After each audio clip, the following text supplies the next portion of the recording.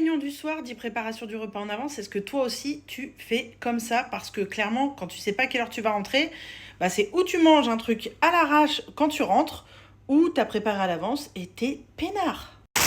Comme les épinards. Bah ouais, parce qu'on va manger une tarte chèvre épinard et je te montre comment je la prépare. J'ai pris une pâte feuilletée que j'avais décongelée parce qu'elle était au congèle, des épinards, j'ai pris 2 sachets, j'aimerais bien la faire assez épaisse, et chavroux et un petit peu de crème que je vais mettre dans les épinards. Je vais les faire à la vapeur au cookéo et on verse 35 ml d'eau. On met le panier vapeur, hop, regarde, il y a un petit trou au milieu du coup. Je vais verser mes épinards, attrapez pas ma veste, ils sont déjà lavés. Des grosses nouveautés.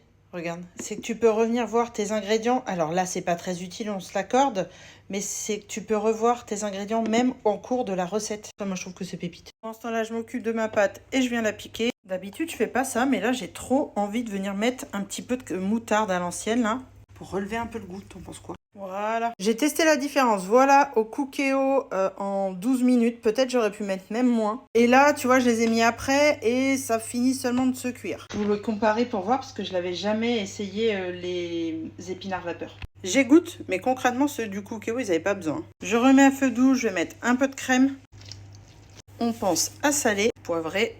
Et j'ajoute un chavroux. C'est la première fois que je vais faire avec du chavroux. D'habitude, je fais avec des chèvres en bûche. J'en avais sorti 2, mais je vais mettre qu'un. C'est des gros.